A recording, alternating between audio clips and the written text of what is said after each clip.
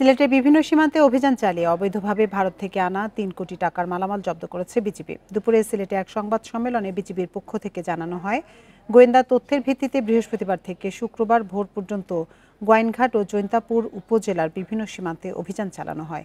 জব্দ করা ভারতীয় পণ্যের মধ্যে কসমেটিক্স ও চকলেট বেশি। এসব পণ্যের বাজার মূল্য ৩ কোটি ২৩ লক্ষ টাকা।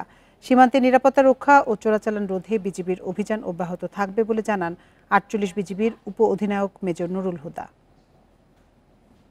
গত ২৪ ঘন্টায় ৪৮ বিজিবি তার সীমান্তবর্তী এলাকায় সর্বমোট ৩ কোটি ২৩ লক্ষ টাকার অবৈধ ভারতীয় মালামাল জব্দ করেছে। এর মধ্যে উল্লেখযোগ্য, সিলেটের হরিপুরে ম্যাজিস্ট্রেটের নেতৃত্বে একটি টাস্কফোর্স করে প্রায় ৩ কোটি টাকার অবৈধ মালামাল আমরা জব্দ করতে সক্ষম হয়েছি।